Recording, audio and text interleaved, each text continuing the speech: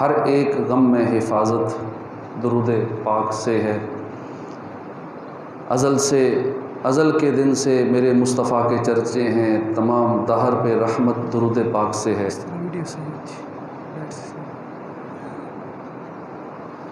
صلو علی الحبیب صلی اللہ تعالی علی محمد صلی اللہ علیہ وآلہ وسلم۔ قال اللہ تبارک و تعالی فی القرآن الکریم، اللہ پاک قرآن کریم میں ارشاد فرماتا ہے، وَأَقِیمُوا الصَّلَاةَ وَآتُوا الزَّکَاةَ وَارْکَعُوا مَعَ الرَّاکِعِینَ۔ صدق اللہ العظیم۔ اور نماز قائم رکھو اور زکوٰۃ ادا کرو اور رکوع کرنے والوں کے ساتھ رکوع کرو۔ ہم نے پارہ 1 سورہ بقرہ کی آیت نمبر 43 سننے کی سعادت حاصل کی۔ اس آیت مقدسہ میں بھی بنی اسرائیل سے خطاب ہے۔ اس سے پچھلی آیت میں انہیں اسلام قبول کرنے کا حکم دیا گیا، یہاں انہیں 3 نیک اعمال کا حکم دیا گیا ہے۔ پہلا حکم ہے وَأَقِیمُوا الصَّلَاةَ، دوسرا حکم ہے وَآتُوا الزَّکَاةَ، تیسرا حکم ہے وَارْکَعُوا مَعَ الرَّاکِعِینَ۔ مفتی احمد یار خان نعیمی رحمۃ اللہ علیہ نے اس جگہ بڑی پیاری اور ایمان افروز بات لکھی ہے۔ فرماتے ہیں کہ علماء بنی اسرائیل 3 بیماریوں میں مبتلا تھے۔ پہلی بیماری تھی ان کو خود پسندی بھی بڑی خطرناک بیماری ہے۔ جیسے قرآن کریم میں بھی بعض جگہ بتایا گیا کہ یہ بند کر اس کو نہیں چھیڑنا ہوتا، یہ ٹوٹلی بند رکھنا ہوتا ہے۔ ہاں باقی بند کر، آف کر دیں اس کو۔ قرآن کریم میں بعض جگہ بتایا کہ یہ خود کو اللہ کا محبوب بتاتے تھے بنی اسرائیل، کہ ہم اللہ کے بڑے پیارے ہیں، ہمیں سزا نہیں دے گا اللہ پاک، ہمیں جہنم میں نہیں ڈالے گا، اگر جہنم میں ڈالا بھی تو تھوڑے عرصے کے لیے ڈالے گا، پھر ہم نکل جائیں گے، کیونکہ ہم اللہ کے محبوب ہیں، ہم اللہ کے پیارے ہیں۔ بنی اسرائیل یہ سمجھتے تھے، خود پسندی میں مبتلا تھے۔ دوسری بیماری ہے مال کی ہرس، یہ بھی بڑی خطرناک بیماری ہے۔ ان لوگوں کو چونکہ نذرانے ملتے تھے، لوگ انہیں عالم فاضل سمجھ کر خدمت کیا کرتے تھے۔ اس وقت کے غیر مسلم حکمرانوں نے ان کے لیے باقاعدہ وظیفے مقرر کر رکھے تھے۔ ان نذرانوں اور وظیفوں کی ہرس کی وجہ سے وہ ایمان نہ لاتے۔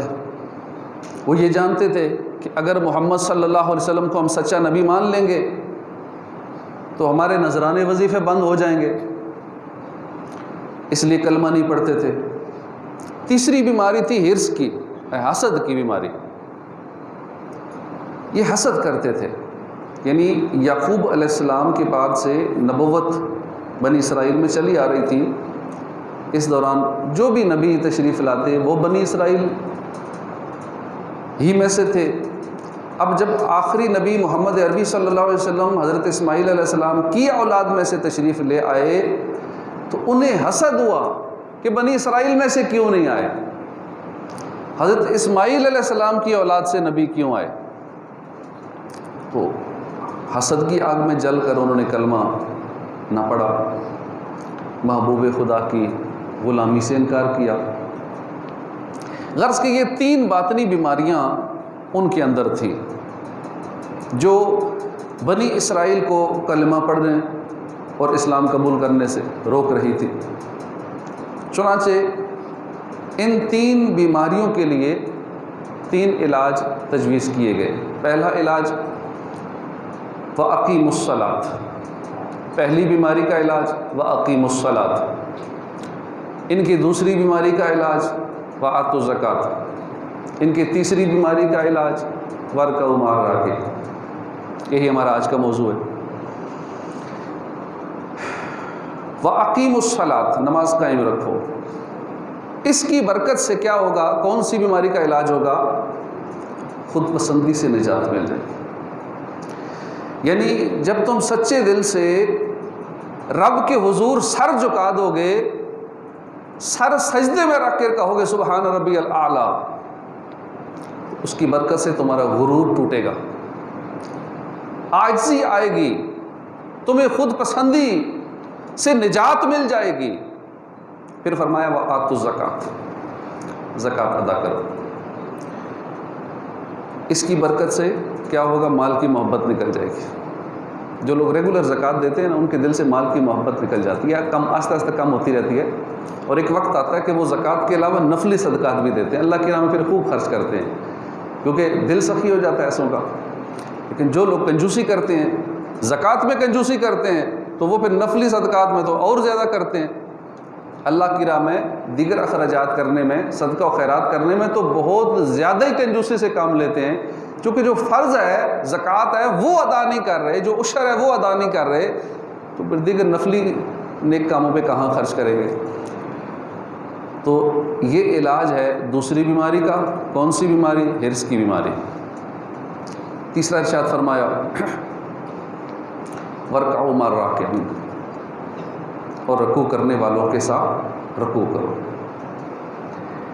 یعنی با جماعت نماز پڑھو۔ جب تم مسجد میں حاضر ہو کر دوسرے مسلمانوں کے ساتھ کھڑے ہو کر با جماعت نماز ادا کرو گے، کہ ایک ہی صف میں کھڑے ہو گئے محمود و ایاس، نہ کوئی بندہ رہا نہ بندہ نواز، تو اس کی وجہ سے کیا ہوگا کہ تمہارے اندر سے یہ تیسری بیماری ختم ہو جائے گی۔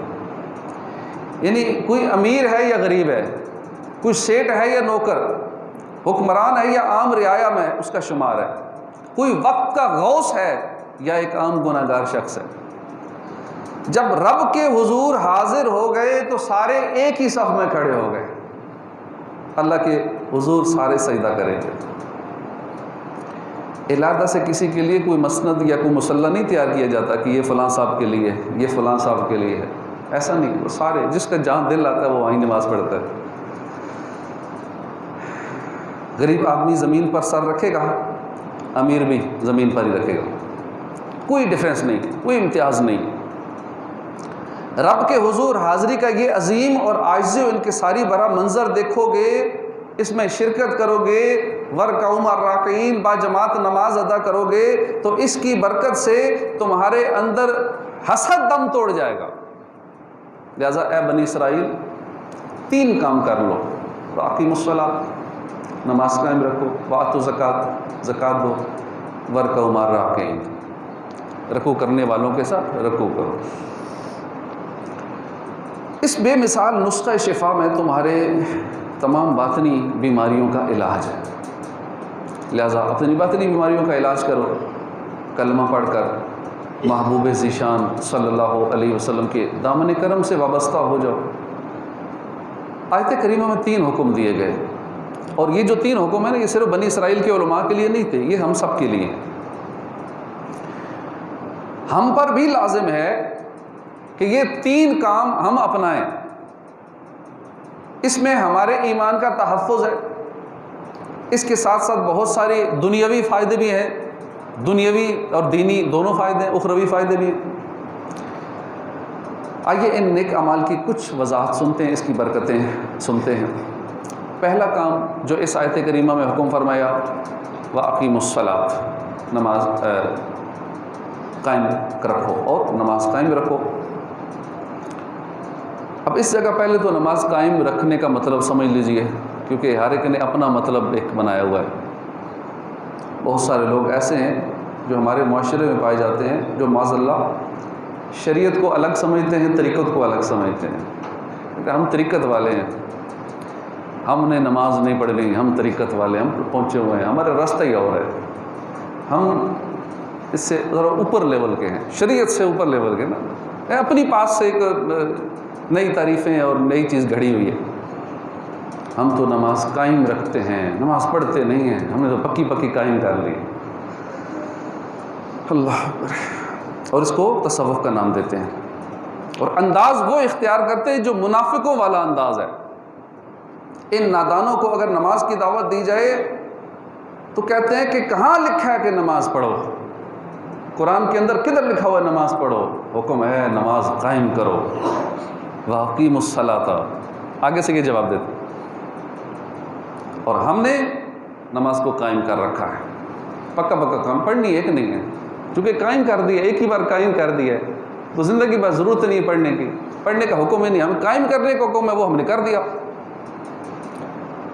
نہ جانے یہ قائم رکھنے سے یہ نادان کیا مراد لیتے ہیں. جب نماز پڑھنی نہیں ہے تو نہ جانے پھر قائم کیسے رکھنی ہے. وہ رسول ذی شان مکی مدنی سلطان صلی اللہ علیہ وسلم جن پر قرآن نازل ہوا، آپ تو ساری زندگی نماز پڑھتے رہے، آپ نے تو ایک نہیں چھوڑی. راتوں کو اتنے لمبے قیام فرماتے تھے کہ پاؤں مبارک سوج جاتے تھے، لمبے سجدے کیا کرتے تھے. اب نماز قائم رکھنے کا کیا معنی ہے، توجہ سے سمجھ لیجئے. علماء کرام فرماتے ہیں کہ نماز صحیح پڑھنا، مثلا نماز کے رکوع ٹھیک کرنا، سجدہ ٹھیک کرنا، قوما، جلسہ، فرائض، واجبات، شرائط، نماز ٹھیک پڑھنا، نماز ہمیشہ پڑھنا، دائمی پڑھنا، مستقل پڑھنا. یہ نہیں چند دن پڑھی، ہفتہ پڑھی، 2 ہفتے، مہینہ 2 مہینے پڑھی، اس کے بعد پھر چھٹی. ایک اچھی خاصی تعداد ہے. کچھ عرصہ نظر آتے ہیں، اس کے بعد پھر پکے غائب ہو جاتے ہیں، کئی مہینے تک نظر نہیں آتے. ہمیشہ نماز پڑھنا، ایک بھی نماز قضا نہ کرنا. ایسا نہیں 4 پڑھ لینا، 5ویں سوتے ہوئے گزر جائے فجر کی. صحیح وقت پر نماز پڑھنا، نماز کی فکر رکھنا، سفر میں ہو، گھر میں ہو، صحت ہو، تندرستی ہو، بیماری ہو، ہر حال میں نماز پڑھنا، اس کو نماز قائم رکھنا کہتے ہیں. صوفیہ کرام نے اس کی وضاحت یوں کی ہے کہ قلب اور قالب، یعنی دل اور جسم، قلب اور قالب، یہ اللہ کی طرف متوجہ رہے، اسے کہتے ہیں نماز قائم رکھنا. لیکن ہمارے ہاں یہ بھی بڑا مسئلہ ہے. اچھی خاصی تعداد ہے جو ہوتی نماز میں ہے، دل کہیں اور ہوتا ہے، خیال کہیں اور ہوتے ہیں. ہم پریزنٹ میں نہیں ہوتے، یا پاسٹ میں ہوتے ہیں، یا فیوچر میں ہوتے ہیں، حال میں نہیں رہتے. نماز کی حالت میں بھی حال میں نہیں جیتے، اور باقی بھی کام کرتے ہوئے حال میں نہیں جیتے. کھانا کھاتے ہوئے بھی ہم یا پاسٹ میں ہوتے ہیں یا فیوچر میں ہوتے ہیں، توجہ کہیں اور ہوتی ہے. گاڑی چلاتے ہوئے بھی، بائک چلاتے ہوئے بھی توجہ کہیں اور ہوگی، سوچوں میں گم ہوگی، یا ماضی کی یا مستقبل کی. اس لیے پھر ایکسیڈنٹ بھی ہو جاتے ہیں. جب توجہ سے ڈرائیونگ نہیں کریں گے، توجہ سے کوئی کام نہیں کریں گے، توجہ سے کھانا نہیں کھائیں گے، تو بھی جو ہاضم لعاب ہے منہ کے اندر جو شامل ہوتا ہے لقمے کے اندر، کھانے کے اندر، جو اندر جا کے ہضم کرتا ہے، تو پھر وہ ہاضمے کے مسائل بن جاتے ہیں، طرح کی بیماریاں شروع ہو جاتی ہیں. تو اس لیے جو بھی ہم کام کریں تو اس وقت ہم اسی کام کی طرف کمپلیٹلی کنسنٹریٹ کریں، ساری توجہ ہماری اسی کام پہ ہونا چاہیے، فوکس ہونا چاہیے. اس وقت ہمارا اکثریت کا فوکس خراب ہوا، اور فوکس خراب ہونے کی ایک وجہ ہے موبائل اسکرین کا ٹائم زیادہ. ہر بندے کا ایوریج جو ٹائم موبائل پہ گزر ہے نا، 5-6 گھنٹے گزر ہیں. موبائل کی اسکرین جو آن رہتی ہے مختلف صورتوں میں، ٹک ٹاک پہ وقت گزر رہا ہے، فیس بک پہ ہے، سوشل میڈیا کے دیگر پلیٹ فارمز ہیں، اس سے وقت برباد ہو رہا ہے. تو اس کا سائیڈ ایفیکٹ، جہاں اور سائیڈ ایفیکٹ ہیں کہ بہت سارے لوگ گناہوں پر سلسلہ کرتے ہیں، میوزک ہے، بدنگاہی ہے. اس کے ساتھ ساتھ جو دماغی اثرات ہوتے ہیں، بندے کا فوکس خراب ہو رہا ہے. یہ بھی ایک بیماری ہے، کسی چیز پہ فوکس نہ ہونا، اور اس کی ایک وجہ موبائل کا زیادہ، اسکرین کا زیادہ استعمال ہے. حافظہ بھی اس سے کمزور ہوتا ہے، اور بھی کئی امراض اس کے ہوتے ہیں. بلکہ 7 سال تک کے بچوں کو تو موبائل ہاتھ میں دینا نہیں چاہیے. کہتے ہیں نا، اگر انگارہ دینا ہو، ایک ہاتھ میں انگارہ ہو تو ایک ہاتھ میں موبائل ہو، انگارہ پکڑا دیں، موبائل نہ پکڑائیں. لیکن ہمارے ہاں بچے ہر گھر میں بس بڑوں کے موبائل پکڑے ہوتے ہیں، اور نہ جانے نیٹ تو ویسے ہی آن ہوتا ہے، یا وائی فائی ہوتا ہے، یا ڈیٹا آن ہوتا ہے. تو پھر جو نقصان ہوتا ہے، بچوں کو تو نہیں پتہ نا اس میں کیا کیا نقصانات ہیں، بڑوں کو پتہ ہے. اس کے باوجود بڑے پکڑا دیتے ہیں، اور بعد میں پھر اس کے نقصانات سامنے آتے ہیں. تو بچوں کو موبائل سے بچائیے. تفریح کے لیے موبائل تفریح کے لیے نہ دیجیے. ہاں، ہوم سکولنگ کرنی ہے، دیگر اس طرح کے کوئی معاملات ہیں تو وہ بھی سکرین پہ کنٹرول اپنا رکھ کے وہ معاملات کریں. ادروائز بچوں کے حوالے سکرین کمپلیٹلی نہ کریں. تو توجہ سے نماز پڑھنا، یہ بھی نماز قائم رکھنا ہے. دل، دماغ، جسم، قالب، قلب، یہ اللہ کی طرف متوجہ رہیں. حضرت ابو ہریرہ رضی اللہ عنہ بیان کرتے ہیں کہ سرور ذیشان صلی اللہ علیہ وسلم کا فرمان ہے، جب بندہ نماز کے لیے کھڑا ہوتا ہے تو وہ اللہ کی بارگاہ میں حاضر ہوتا ہے۔ اب صرف یہ تصور ہی کرتے ہیں نا، ابھی جمعہ پڑھیں گے، اس نماز میں آپ یہ تصور کریں کہ میں اللہ کی بارگاہ میں حاضر ہونے لگا ہوں، تب یہ تصور ہی کیسا ایمان افروز ہے کہ میں رب کی بارگاہ میں حاضر ہونے لگا ہوں۔ اللہ نے مجھے توفیق عطا فرما دی، ایک تو اپنے گھر میں آنے کی توفیق دی، اور پھر مجھے اپنی بارگاہ میں کھڑے ہونے کی توفیق عطا فرما رہا ہے۔ کتنا کریم ہے میرا رب۔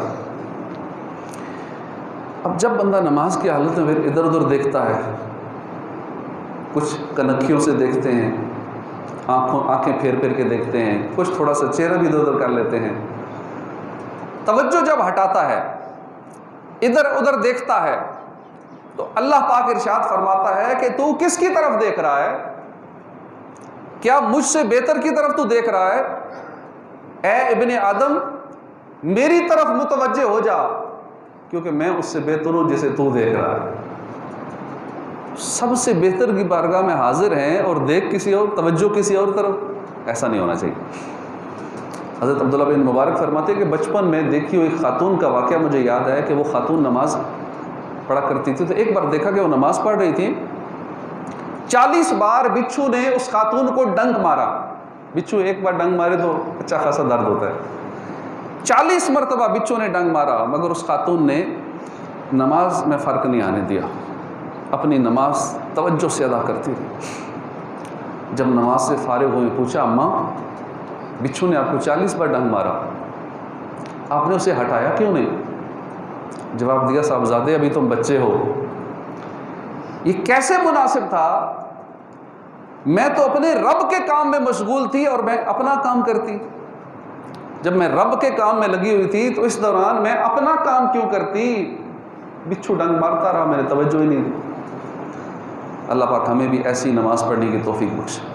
خیر، اللہ پاک نے ہمیں نماز قائم کرنے کا حکم دیا ہے۔ نماز قائم کرنے کا مطلب یہ ہے کہ نماز صحیح پڑھی جائے، نماز وقت پر پڑھی جائے، نماز کی فکر کی جائے۔ اللہ پاک کی توفیق اگر بخشے تو دل کی توجہ سے نماز پڑھی جائے، سمجھ کر نماز پڑھی جائے۔ ہم اللہ سے کیا کلام کر رہے ہیں اس کا ترجمہ ہمیں پتہ ہو کہ ہم بول کیا رہے ہیں، اپنے رب سے کیا کلام ہو رہا ہے۔ پھر کہتے ہیں نماز قائم رکھنا، نماز کی ظاہری آداب، نماز کے باطنی آداب، اس کا لحاظ رکھتے ہوئے نماز پڑھنا ہی انسان کو بری باتوں سے، بے حیائی کی باتوں سے، برے کاموں سے بچاتا ہے۔ آج مسئلہ یہ ہے کہ لوگ نماز ہی پڑھتے ہیں، جھوٹی بولتے ہیں، نماز ہی پڑھتے ہیں، غیبتیں چغلیاں بھی کرتے ہیں، نماز ہی پڑھتے ہیں، حرام روزی بھی کھاتے ہیں، نماز بھی پڑھتے ہیں، پھر بھی ہمارے معاشرے میں ساری برائیاں پائی جاتی ہیں، مسلمانوں میں کچھ زیادہ ہی پائی جاتی ہیں، ہر شعبے میں۔ کیسی بات ہے؟ نماز ہی پڑھتے ہیں پھر بھی یہ سارے مسئلے ہیں، ایسا کیوں ہے؟ اس لیے کہ نماز صحیح نہیں پڑھ رہے، نماز درست نہیں ہے، نماز کے فرائض و واجبات، شرائط، مفسدات، ان چیزوں کا علم نہیں ہے، نماز کو دل و دماغ کی توجہ کے ساتھ نہیں پڑھ رہے، نماز ٹھیک نہیں ہے۔ نماز ٹھیک کر لیں گے تو برائیاں ختم ہو جائیں گی، کہ نماز تو برائی سے، بے حیائی سے بچاتی ہے۔ اللہ پاک ہمیں توفیق بخشے، اس انداز سے ہم نماز پڑھیں گے تو انشاءاللہ ایسی ایسی برکتیں ظاہر ہوں گے، ہماری دنیا بھی سنور جائے گی، ہماری آخرت بھی سنور جائے گی۔ ایک مرتبہ سرکار صلی اللہ علیہ وسلم کی بارگاہ میں عرض کیا کہ فلاں شخص ہے، یہ رات کو نماز پڑھتا ہے، صبح چوریاں کرتا ہے۔ حضور نے فرمایا کہ اس کی نماز ایک دن اسے چوری چھڑوا دے گی، اور ایسا ہی ہوا، ایک دن اس نے چوریاں چھوڑ دی۔ اللہ پاک ہمیں صحیح نماز پڑھنے کی توفیق عطا فرمائے۔ نماز کے فائدے بہت ہیں، انسان کی فطرت ہے، انسان جب کسی چیز کے فائدے سنتا ہے تو اس فائدوں کی لالچ میں وہ کام کرتا ہے، جب کسی چیز کے نقصانات سنتا ہے، کیونکہ قرآن کا بھی بڑا پیارا اسلوب ہے، چونکہ قرآن پاک تمام انسانوں کے لیے، ہر طرح کی قوموں کے لیے، ہر علاقے کے لیے نازل ہوا ہے، اور ہر علاقے کے، ہر قوم کے، ہر ملک کے لوگوں کی نفسیات، مینٹلٹی، فطرت الگ الگ ہوتی ہے۔ کوئی بندہ لالچ میں آ کے راہ راست پہ آ جاتا ہے، وہ کام کرتا ہے، کئی لوگ ڈر کی وجہ سے برائیاں چھوڑ دیتے ہیں، نیک اعمال کرتے ہیں، کئی لوگ ایسے ہیں کہ جو مثالیں دے کر ان کو سمجھایا جائے تو وہ جلدی سمجھ جاتے ہیں، کئی ایسے ہیں کہ ان کو پرانے قصے وغیرہ سنائے جائیں۔ تو قرآن پاک میں یہ سارے انداز موجود ہیں۔ قرآن پاک میں کہیں فضائل بتائے گئے ہیں، کہیں وعیدیں سنائی گئی ہیں، ڈرایا گیا ہے، کہیں پچھلی قوموں کے واقعات بیان کیے گئے ہیں، کہیں مثالیں دے دے کے سمجھایا گیا ہے، تو قرآن پاک میں اللہ پاک نے یہ مختلف انداز سمجھانے کے اختیار کیے ہیں کہ چلو جس علاقے کا، جس قوم کا، جس ملک کا بندہ ہے اپنے حساب سے وہ بات سمجھ جائے گا اور بندہ راہ راست پہ آ جائے۔ اب نماز کے فائدے سنیے تاکہ ہمارے اندر نماز پڑھنے کا شوق پیدا ہو۔ اگر اس میں سستیاں ہیں وہ سستیاں دور ہو جائیں۔ جو نماز نہیں پڑھتے، جو ویڈیو میں سوشل میڈیا پہ مجھے سنیں گے، اللہ کرے ان میں سے کوئی ایک بھی نمازی بن جائے تو میرے لیے بھی صدقہ جاریہ ہو جائے۔ نماز کی عادت اپنائیے، نماز قائم کیجیے، یعنی نماز درست پڑھیے، ہمیشہ نماز پڑھیے، کبھی کبھی نہیں، پوری 5 نمازیں، وہ بھی ساری نمازیں، ریگولر نمازیں پڑھیے۔ اللہ توفیق دے تو دل لگا کر نماز پڑھیے۔ الحمدللہ نماز بہت ہی اعلیٰ عبادت ہے، افضل ترین عبادت ہے، اللہ پاک کی رضا کا سبب نماز ہے۔ مکی آقا صلی اللہ علیہ وسلم، مدنی آقا صلی اللہ علیہ وسلم کی آنکھوں کی ٹھنڈک نماز ہے، انبیاء کرام کی سنت نماز ہے۔ نماز اندھیری قبر کا چراغ ہے، نماز عذاب قبر سے بچاتی ہے، نماز قیامت کی دھوپ میں سایہ ہے، نماز پل صراط کے لیے آسانی ہے، نماز نور ہے، نماز جنت کی چابی ہے، اور نماز جہنم کے عذاب سے بچاتی ہے، نماز سے رحمت اترتی ہے۔ اللہ پاک بروز محشر نمازی سے راضی ہوگا۔ نماز دین کا ستون ہے، نماز سے گناہ معاف ہوتے ہیں، نماز دعاؤں کی قبولیت کا سبب ہے، نماز بیماریوں سے بچاتی ہے، بدن کو سکون پہنچاتی ہے، نماز سے روزی میں برکت ہوتی ہے، نماز بے حیائی سے اور برے کاموں سے بچاتی ہے، نماز شیطان کو ناپسند ہے، نماز قبر کے اندھیرے میں تنہائی کی ساتھی ہے، نماز نیکیوں کے پلڑے کو وزنی بنا دے گی، نماز مومن کی معراج ہے، نماز قبر کے اندھیرے میں تنہائی کی ساتھی ہے۔ نماز کو وقت پر ادا کرنا یہ تمام اعمال سے افضل ہے۔ نمازی کے لیے سب سے بڑی دولت یہ ہوگی، سب سے بڑا انعام یہ ہوگا، قیامت والے نمازی کو اللہ کا دیدار نصیب ہوگا۔ ہر عبادت سے برتر عبادت نماز، ساری دولت سے بڑھ کر ہے دولت نماز، قلب غمگین کا سامان فرحت نماز ہے، مریضوں کو پیغام صحت نماز، صبر سے اور نمازوں سے چاہو مدد، پوری کروائے ہر ایک حاجت نماز۔ پھر فرمایا ورکعوا مع الراکعین، رکوع کرنے والوں کے ساتھ رکوع کرو۔ اس کا مطلب ہے کہ جماعت سے نماز پڑھو، کیونکہ جماعت سے نماز پڑھنا یہ 27 درجے افضل ہے۔ مسلمان مرد عاقل، جو عقل مند ہے، پاگل نہیں ہے، بالغ ہے، نابالغ نہیں ہے، آزاد ہے، غلام نہیں ہے، قادر ہے، یعنی مسجد تک پہنچنے کی طاقت رکھتا ہے، اس پر جماعت سے نماز ادا کرنا واجب ہے۔ بغیر کسی شرعی مجبوری کے نماز چھوڑے گا وہ گناہ گار ہوگا، اور اس کی عادت بنا لے گا، کئی بار ایسا کرے گا تو وہ فاسق ہے۔ جو شخص مسجد میں پہنچنے کی طاقت نہیں رکھتا، نابینا ہے، اس کی ٹانگیں سلامت نہیں ہیں، شدید بیمار ہے، چل پھر نہیں سکتا، اگرچہ اس پہ جماعت واجب نہیں ہے لیکن اگر پھر بھی مسجد میں جماعت سے پڑھے گا تو افضل ہے۔ سیدنا فاروق اعظم فرماتے کہ میں نے 2 جہاں کے سلطان صلی اللہ علیہ وسلم کو فرماتے سنا کہ اللہ پاک با جماعت نماز پڑھنے والوں کو محبوب رکھتا ہے۔ اسی طرح ایک اور حدیث پاک فرمایا کہ جب بندہ با جماعت نماز پڑھے پھر اللہ پاک سے اپنی ضرورت کا سوال کرے، جماعت سے نماز پڑھے، اپنی ضرورت کا سوال کرے اللہ پاک سے، تو اللہ حیا فرماتا ہے کہ بندہ ضرورت پوری ہونے سے پہلے لوٹ جائے، یعنی اللہ پاک جماعت سے نماز پڑھنے والے کی ضرورت پوری کر دیتا ہے، اللہ اسے خالی نہیں لوٹاتا، کیونکہ میرے بندے نے جماعت سے نماز پڑھی ہے، میں کیسے اس بندے کی دعا کو رد کر دوں، اللہ اس کی سن لیتا ہے۔ ایک حدیث پاک ہے مرد کی نماز مسجد میں جماعت کے ساتھ گھر میں بازار میں پڑھنے سے 25 درجے افضل ہے، ایک حدیث میں ہے کہ 27 درجے افضل ہے، تو ہمیں جماعت سے نماز پڑھنی چاہیے۔ امام اعظم کے شاگردوں کے شاگرد ہیں، آپ نے محمد بن سما ان کا نام ہے، 103 سال عمر پائی، روزانہ 200 نفل پڑھتے تھے، اور جماعت کا ایسا جذبہ تھا کہ 40 سال تک کہتے ہیں میری ایک مرتبہ کے علاوہ کبھی تکبیر اولیٰ فوت نہیں ہوئی۔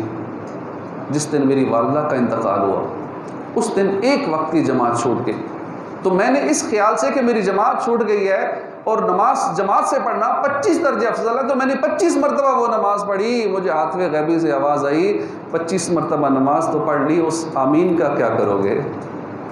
وَلَضَّالِّينَ کے بعد نا آمین جو کہی جاتی ہے، اس آمین میں جس کی آمین فرشتوں کی آمین سے میچ کر جائے اس بندے کی مغفرت ہو جاتی ہے۔ اس آمین کا کیا کرو گے؟ اللہ کے نیک بندوں کی جماعت کے جذبے کا کیا کہنا کہ ایک جماعت فوت ہوئی 25 بار وہ نماز پڑھی۔ مزید اس واقعے میں فرشتوں کی آمین کا بھی بیان ہوا ہے۔ سورہ فاتحہ کے بعد جو آمین کہی جاتی ہے نا، اس کا مطلب ہے ایسا ہی ہو۔ آمین کا مطلب ہے ایسا ہی ہو۔ اور فرشتوں کی آمین کی بھی کیا بات ہے؟ حدیث پاک ہے کہ جب امام کہتا ہے نا وَلَضَّالِّينَ، شور کرتے ہیں، تو جس کا آمین فرشتوں کے آمین کے مطابق ہو جائے اس کے پچھلے گناہ بخش دیے جاتے ہیں۔ اب 25 مرتبہ پڑھیں یا 50 مرتبہ پڑھ لیں، لیکن وہ آمین والی فضیلت تو نہیں ملے گی نا، فرشتوں کے ساتھ میچ کرنے والی آمین۔ تو نماز کی کیسی برکتیں ہیں۔ ظاہر ہے جو جماعت سے پڑھے گا اسی کو یہ سعادت ملے گی، اور یہ گناہ بخشوانے کا عظیم جو موقع ہے وہ ضائع کر دیتے ہیں۔ جو جماعت سے نماز نہیں پڑھتے وہ یہ چانس کھو دیتے ہیں۔ تو اللہ پاک ہمیں جماعت سے نماز پڑھنے کی توفیق عطا فرمائے۔ صحابہ کا معمول تھا کہ اگر کسی کی جماعت فوت ہو جاتی، اگر تکبیر اولیٰ فوت ہوتی تو 3 دن تک سوگ مناتے، جماعت فوت ہو جاتی تو 7 دن تک سوگ مناتے تھے۔ 7 دن تک اس کا غم مناتے کہ ہماری جماعت نکل گئی کسی مجبوری کی وجہ سے۔ صحابہ کرام اولیاء اعظام کے بارے میں یہ تو تصور بھی نہیں کیا جا سکتا نا کہ جان بوجھ کر ویسا کریں گے، کسی مجبوری کی وجہ سے اگر رہ جاتی تو یہ ان کا معمول تھا، پھر کڑتے تھے اس پہ۔ فرض نماز جماعت سے ادا کرنے میں ایمان والا ہونے کی گواہی ہے۔ اللہ پاک با جماعت نماز پڑھنے والوں کو محبوب رکھتا ہے۔ 27 درجے افضل ہے جماعت سے نماز پڑھنا۔ فجر کی عشاء کی نماز پڑھنا جماعت کے ساتھ آدھی رات قیام کرنا ہے۔ فجر کی نماز با جماعت پڑھنا گویا پوری رات قیام کرنا ہے، یعنی پوری رات عبادت، یعنی جو عشاء اور فجر کی جماعت سے نماز پڑھ لے گا گویا کہ اس نے پوری رات عبادت میں گزار دی۔ کتنی بڑی فضیلت۔ گناہ بخشے جاتے ہیں، ہر قدم کے بدلے ثواب ملتا ہے، ہر قدم پہ درجہ بلند ہوتا ہے، ایک ایک گناہ مٹا دیا جاتا ہے، صبح و شام جنت میں مہمانی ہوتی ہے۔ تو ہمیں اور بھی بہت سارے فائدے ہیں، تو ہمیں جماعت سے نماز پڑھنی چاہیے اور مس نہیں کرنی چاہیے۔ بہت سارے لوگ ہیں جو جماعت سے نماز ادا نہیں کرتے۔ اسی طرح زکوٰۃ کے حوالے سے ہم نے سنا اس آیت کریمہ میں وَآتُوا الزَّکَاةَ وَأَقِیمُوا الصَّلَاةَ وَآتُوا الزَّکَاةَ وَارْکَعُوا مَعَ الرَّاکِعِینَ، زکوٰۃ ادا کرو۔ زکوٰۃ کے بہت سارے فضائل ہیں۔ جو زکوٰۃ ادا کرتا ہے اس کا نام پہلے آسمان میں اس کا نام سخیٌ، دوسرے میں مبارکٌ، تیسرے میں جوادٌ، چوتھے میں مطیعٌ، پانچویں میں اس کا نام بارٌ، چھٹے میں اس کا نام محفوظٌ، ساتویں میں اس کا نام مغفورٌ، یعنی کہ سخاوت کرنے والا، اس کے مال و جان میں برکت رکھی جائے گی۔ مبارکٌ، اس کا نام سخاوت یعنی سخیوں میں نام لکھا جائے گا، فرما برداروں میں نام لکھا جائے گا۔ بارٌ، نیکوکار لکھا جائے گا۔ محفوظٌ، حفاظت کی گئی اس کی۔ تو یہ زکوٰۃ دینے کے فائدے ہیں، پھر نہ دینے کے نقصان بہت ہیں۔ اس کا نام کنجوس، پہلے آسمان میں زکوٰۃ نہ دینے والے کا نام کنجوس لکھا جاتا ہے، دوسرے میں ہلاکن، تباہ ہونے والا، تیسرے میں متمسکن، جس سے خیر کو روکا گیا۔ اسی طرح اس کے یہ برے نام، جس طرح زکوٰۃ دینے والے کے اچھے اچھے نام ہیں اور اس کے لیے اچھی اچھی دعائیں ہیں، زکوٰۃ نہ دینے والے کے لیے برے برے نام ہیں۔ تو اللہ پاک ہمیں زکوٰۃ بھی ادا کرنے کی توفیق عطا فرمائے۔ آمین بجاہ النبی الامین صلی اللہ علیہ وآلہ وسلم۔